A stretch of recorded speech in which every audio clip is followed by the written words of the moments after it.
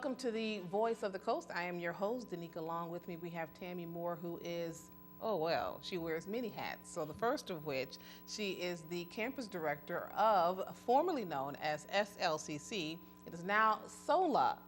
That's right, we are rolling out the red carpet for this new and yet not new Young Memorial campus, South Louisiana Community College, but not just Young Memorial, all the campuses throughout South Louisiana, correct? Yes, it's an entire college rebrand. Yes, and then of course she also wears the hat of St. Mary Parish School Board Vice President and board members. So we've got a lot to talk about. Yes, we do. All right, let's talk about SoLacc and how did this whole rebranding come about and how long have y'all been working on it? So the rebrand has been in process now for about 2 years. We welcome and we embrace this rebrand. We just find that we have a new culture of students. We want it to be more representative of the students and the student body that we serve. So it was just time for some fresh, new, vibrant colors. And to be honest, there's actually another college that is SLCC, and we were commonly having students who were confused as to which SLCC they were to be applying to. So the rebrand was perfect for us to address those concerns and have students apply to the correct place. It really had come down to the website. Yes. Just putting in slcc.edu and it was going somewhere else. Yes. What school is that connected to? Salt Lake City Community College. Right, which is in Utah? Yes. Yeah, so but adults as well, were applying to this school and there was some mix-up. Yes. Okay, so here we are. It's SoLacc. So now we are. So the email address has always been solacc.edu, or like my email address is tammie.moore@solacc, solacc.edu. So now we're in alignment across the board with who we are in reference to how we pronounce it, how we're viewed by the general public, and what the website says. Now this might be a little out of your purview, but were they formed well before South Louisiana Community College? I have no idea. Okay. I do not know. Well, they were able to grab it before we did, but Yes. Now we are SoLacc and new colors. Yes, we have multiple different colors. Actually, it's a lot of pastels, vibrant colors that the student body, there were a lot of initiatives put into figuring out and determining what the color schemes would be. So we had a lot of student input, we had faculty input, we had staff input, and those were the colors that were given or determined. But it's like about 8 different colors now. Yeah. There's like a pastel pink, a green, a yellow, a blue. So it's very springy. It's really springy. It's really vibrant. And then we have the traditional blues and whites and the traditional colors as well. Just curious, one thing we have not seen from SoLacc is a mascot. We have not. No mascot. No mascot. I know there are no, it's not, you don't have a sport, so I guess a mascot is not necessary. Well, we've asked about a mascot, okay, and we have been looking at the option of bringing intramural sports back.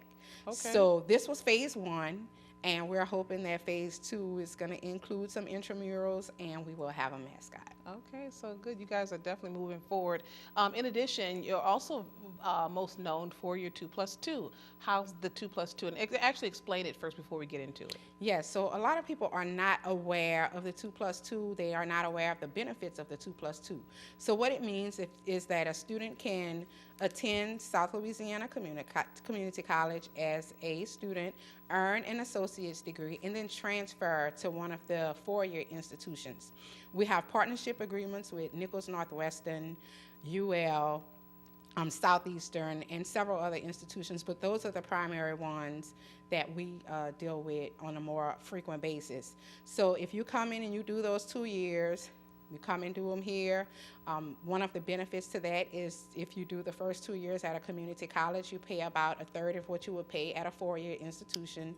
So you have those savings, which is a big attractor, and then they transfer. Or you will have students that we get who don't necessarily make the score requirements to get into the 4-year institutions, which is the 20 ACT score, and they are qualifying for TOPS Tech with a 17 ACT score. So those students are allowed to come in, take part, and participate in smaller classrooms in local campuses.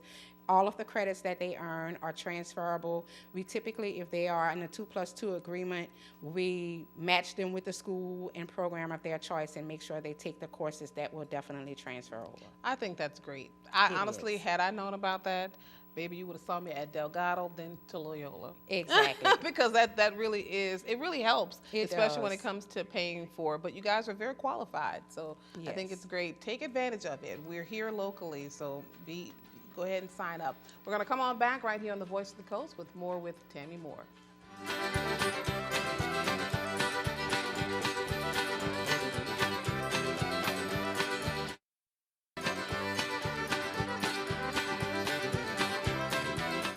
Welcome back to The Voice of the Coast. Again, my guest is Tammie Moore, who is here wearing a few hats, and one of which is she's the campus director of, formerly known as SLCC, is SoLacc, that's SOLACC. Of course, we talked about the name change and the rebranding, but you guys are still pretty much the same. You still have your many programs that you're offering, one of which has seen kind of a really good turnaround, and that's nursing, because I remember during that COVID pandemic and pretty much shortly thereafter, nurses were very hard to come by.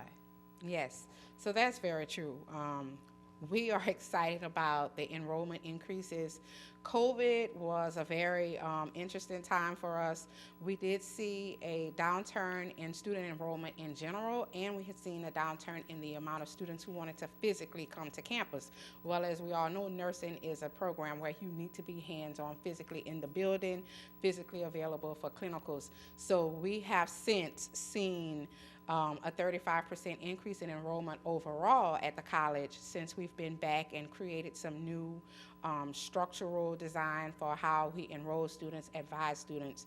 So we're excited about the changes that we've seen in that program.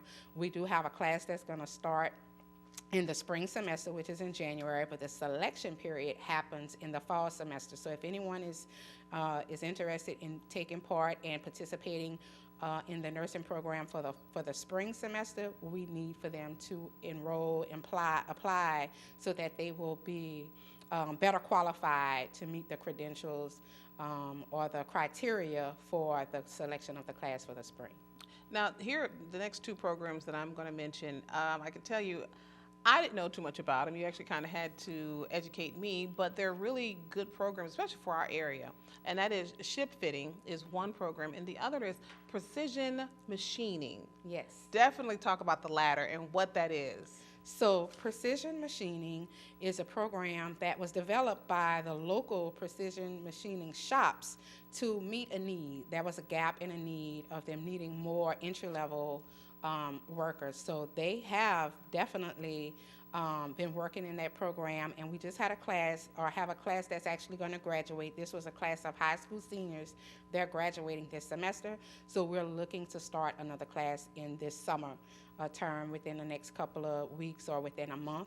So if they're interested in, taking on that career field, they definitely need to reach out to us.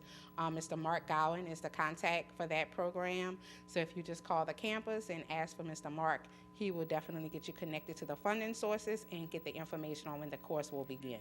One of the things I think about, because it was unknown to me pretty much about what that was, do you have a catalog where kids there are a lot of kids, at 18, they're still unsure of what they want to be, or it has changed so many times.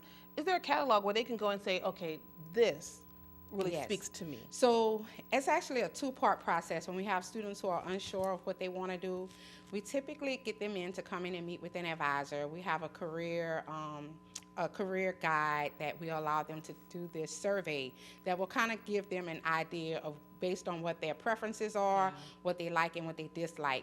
But in addition to that, we have on the website, you can go to SoLacc, SOLACC.edu, and there's a page under academics that has every program listed for the entire college. It's listed by campus, and it's listed for the whole college as a whole. So you can click on it, see the curriculum, And there's a video for every single program that gives, it's about a 30-minute highlight video of what the program entails, Okay. What is the demand, what is the average salary or wage information is included in every one of those videos. Awesome. Okay. I don't think we've ever talked about that. Yes. Okay. That's something new that came Yeah. with some of the Rebranding. Okay, got it. Commercial diving, that is very big. You know, we're such an offshore heavy community. That's also one of your popular So programs. the commercial diving program is a very interesting program. It's a 7-month program. They're trained on campus to go out and work in the Gulf of Mexico, and it's always in high demand. If you have any questions, call the campus. You can reach out to me, or Mr. Jerry Shepard is the instructor for that program. All right. 2 down, 2 more to go. We've got much more to cover. So again, we're going to be switching hats for you in just a short while. So come on back. I know many of you have so many questions when it comes to the school, to the public schools. So come on back right here on the Voice of the Coast.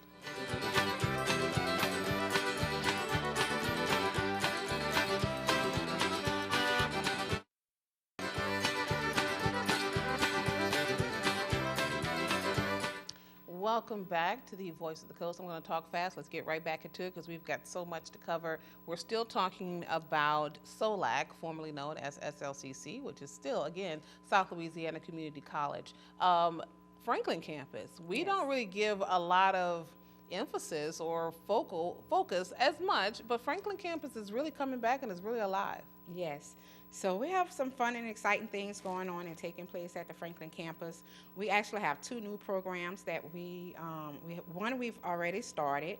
We're graduating our first medical assistant class this semester, and we're going to be beginning a new class in fall. So if anyone is interested in that specific program, we definitely are taking applications right now as we speak. In addition to medical assistant, we have expanded the industrial marine electronics program to the Franklin campus. This has been a long time coming. We've had several elected officials in the Franklin area who, you know, they've been asking, well, what are we going to get? What are we going to do for the citizens of Franklin and, you know, the west end of the parish? So we were intentional in meeting with those specific individuals and finding out what the need was. So we were, you know, we found that that's one of the programs of interest in that area. So it's actually going to begin in August as well in the fall. So we are looking forward to, you know, what's going to come of that, and we're looking for applicants.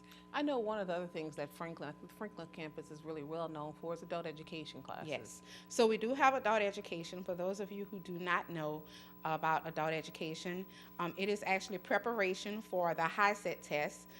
Some people refer to it as GED, but it's not GED in the state of Louisiana. So it's formerly GED, but it's called HiSET, H-I-S-E-T. So those classes are free to anyone who's interested in earning that credential. And then we have a TRIO program that will come in for anyone who is, you know, is participating in the adult ed program that will pay for them to take the test. Something you mentioned about the Franklin officials came to you guys and said, what are we going to get? And I think we've had this conversation before about, you know, what about getting those vocational or technical courses like cosmetology, and I know you're smiling because you're ready to give it to me, automotive, you know, type of classes. I mean, how do we get that? So the way programs are created for the community and technical college system in Louisiana as a whole, it has to be a high wage, high demand program for that region or for the state. So if a program is not already in existence, it's really, really hard to create it if it does not fall into those categories. However, if it does, we do whatever we have to do to make it happen. But I can give you an example for cosmetology as the one that you've mentioned. What we found, because we've done a lot of research on it, is that cosmetologists and barbers and hairstylists, they typically underreport. So they don't give factual information when they do their taxes and their reporting. So because the reporting is inaccurate, it's always underreported, so it never ranks as a high wage, high demand area.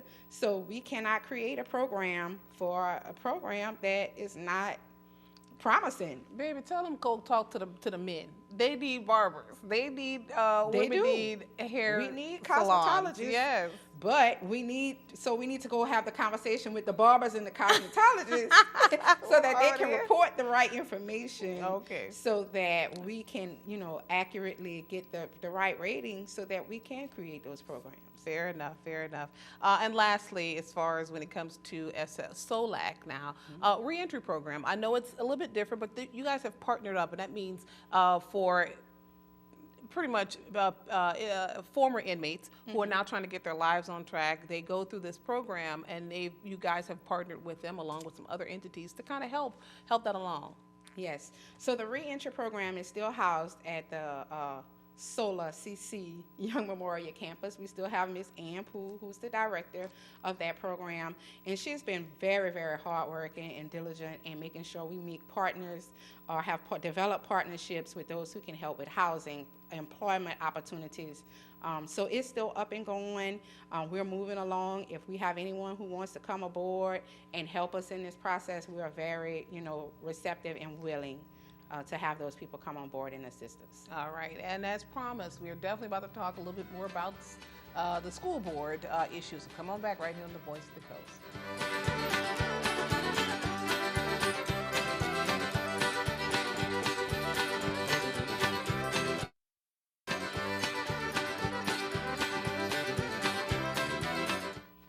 Welcome back to the Voice of the Coast. Again, I'm your host, Danica. Along with me, we have Tammie Moore. Now we're going to talk about St. Mary Parish School Board. I don't know if this is the hot seat, the warm seat, the cold seat for you, but I'm tired of being in the hot seat because I've been getting bombarded with so many questions, and I'm trying to do my due diligence of giving it time to just kind of manifest and just kind of let it do its thing. But since you're here, let's talk about it. Of course, I am talking about the re-enrollment process. Okay. I don't want to take it all the way to, we know it has to happen. It actually was supposed to happen years ago, but it's just kind of like playing catch up. Yes. One of the questions that I have gotten are some students are technically homeless. They are living in temporary housing, such as either they're living with an adult who maybe the parents are not fit, or there's no grandparents, and that child is just living on a sofa just so that child could go to school. Or maybe the grandparents are taking care of the children and they don't have legal custody. Please tell me, what can these individuals do to get these children enrolled in the proper school? So this question, we've been getting a lot of questions about this specific topic, and there are a lot of students in the area or in the district that may fall into that category. However, there are exceptions to every rule, and there are processes and protocol for situations such as those. They are considered on a case-by-case basis. The proper person that they need to meet with is Mr. Holmes at the school board. He's over child welfare for the district. So, if students fall into that category, they should definitely schedule an appointment to meet with him to figure out what their options are. And at the end of the day, we want things to be done decent and in order. We want things to be recorded properly. So we even have a system in the school district where if you are a homeless student, you should actually show up and be declared as a homeless student, because we track that as well. So it's definitely important, for that to be documented properly. There are services that are offered to students that are, who are considered homeless students. So we definitely need to make sure that they have access to those resources and that they are properly zoned and coded to the right areas. I think one of the issues is that, particularly for grandparents who are maybe on a fixed income, and they say, well, I've been taking care of this child since they were 3, and now the child is 13. So I don't have legal custody because of whatever, XYZ.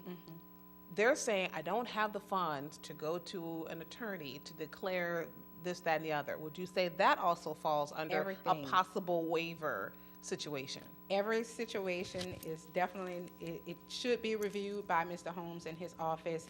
And if there may be resources to help those grandparents and those specific students to meet their needs. They may have funding sources that are available or legal counsel that's available that will help them get the legal paperwork so that things are documented, not for just the purpose of re-enrollment, but because if they're planning to go to school or continue their education and go on to college, they still need that information because you have to have FAFSA documentation, etc. So the process still needs to happen. We're not trying to, put anybody's feet to the fire. We just want things to be done decent and in order because that's what we've been asking for years. That's right. So, once we start asking for accountability, we have to have accountability across the board. Let's just take this last minute to address majority to minority, the transfer forms. I know you've probably been getting a lot of questions on that too. Just give us an update on that. So for students who are at a school where they are the majority, they have the option to transfer to a school where they would be the minority at that particular school. So they are allowed, they will have transportation provided, and they just need to go through the process, fill out the form, make sure that you meet the requirements at, the majority to minority school of selection, and do the forms. All right, and that is May 1st. But again, make the call. Yes. To get all your questions asked, and I'm going to do my due diligence by staying on top of it as well. Thank you so much for sticking with us, and thank you for coming out and wearing all the hats that you wear. We'll see you guys next time. Make sure to subscribe to us on Facebook. We are KWBJ TV 22.